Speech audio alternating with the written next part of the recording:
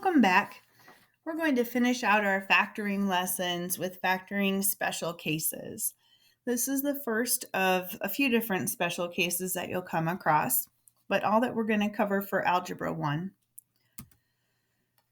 When we multiply opposite binomials, and what we mean by that is that the first terms are exactly the same, the second terms are exactly the same, and the only difference is that in the middle we have a plus and a minus.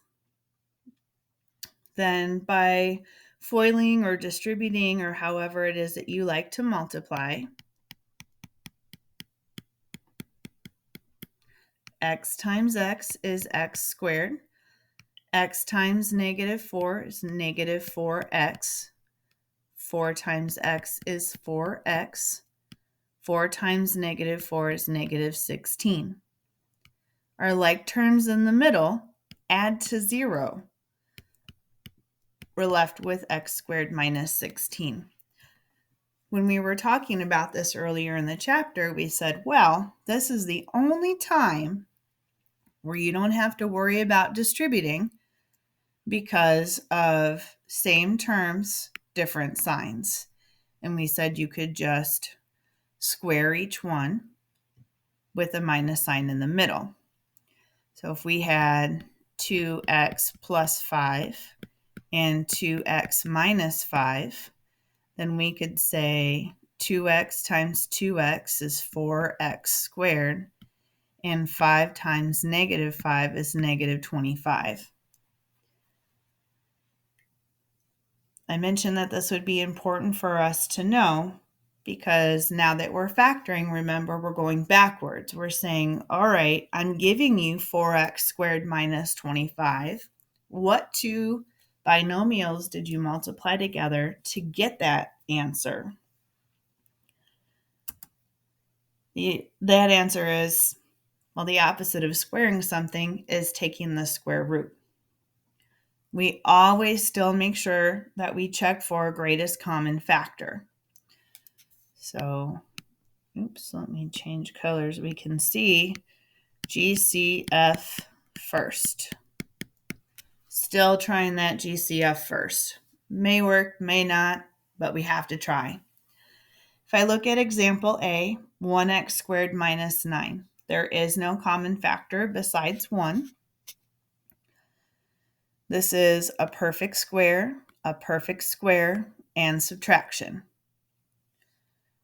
That means we're taking the square root of each term. Make sure that subtraction sign does not go underneath your radical. I'm going to make 2 sets of parentheses. The square root of x squared. These simplify each other out and leave us with x. We write that in the first spot for both set of parentheses because it's in the first spot of our expression. Then we take the square root of 9. The square root of 9 is 3. That's in the second spot of our expressions. Then plus, minus. It doesn't matter. You could have done this where it was plus 3 and then minus 3. That order doesn't matter as long as one's a plus and one's a minus. And remember, you can always check your work by multiplying them back together. Let's look at B. Greatest common factor for both. I don't see anything except for 1. Square root, because perfect square, subtraction. The square root of 9 is 3. The square root of x squared is x. The square root of 25 is 5. One's plus, one's minus. And that's factored form. 9x squared minus 1. Greatest common factor for both? Just 1. 9 is a perfect square. X squared is a perfect square. 1. 1 is a perfect everything. It's perfect square root, perfect third root, perfect fourth root, because I can multiply 1 by itself forever and I'll always get 1. If I square root both of those, The square root of 9 is 3. The square root of x squared is x. The square root of 1 is 1. 1's plus, 1's minus. Letter D.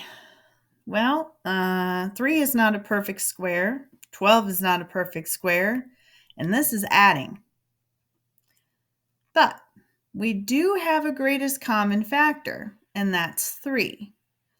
And I remembered from last lesson that we always want to try to start with a positive number. So I think I'm going to make my common factor -3. So if I pull out -3 or divide by -3, I get a positive x squared. 12 divided by -3 is -4. Now that we have our common factor out, I have x squared is a perfect square, 4 is a perfect square, and I have the subtraction that I have to be able to factor. So square root, the square root of x squared is x. The square root of 4 is 2. 1's plus, 1's minus, and then we bring back that -3 that we reduced by in the beginning, and there is our factored form. My question, though, is what happens if I saw something that looked like x squared plus 49? Well, x squared is a perfect square, 49 is a perfect square, but this is a plus sign. Does that really make that much of a difference? Well, let's try it out. If I were to follow the pattern we've been working on this lesson and square root both of those, I would have x and x. The square root of 49 is 7. And then because this is a plus sign, I'd have to have positive and positive or negative and negative. So why doesn't it work for me to be able to do that? Well, remember, we can always check our work by multiplying our answer back together. So let's do that. X times x is x squared. X times 7 is 7x. 7 times x is 7x, and 7 times 7 is 49. My like terms are in the middle. Oh, well, I have x squared. 7 plus 7 is 14x plus 49. These are not the same thing. I end up with a middle term here. And so that's why, if it's not subtraction, you cannot use difference of squares formula. This you cannot do. All right, you try examples 1, 2, and 3, and I'll see you next class. Thanks so much for joining me. Have a great rest of your day.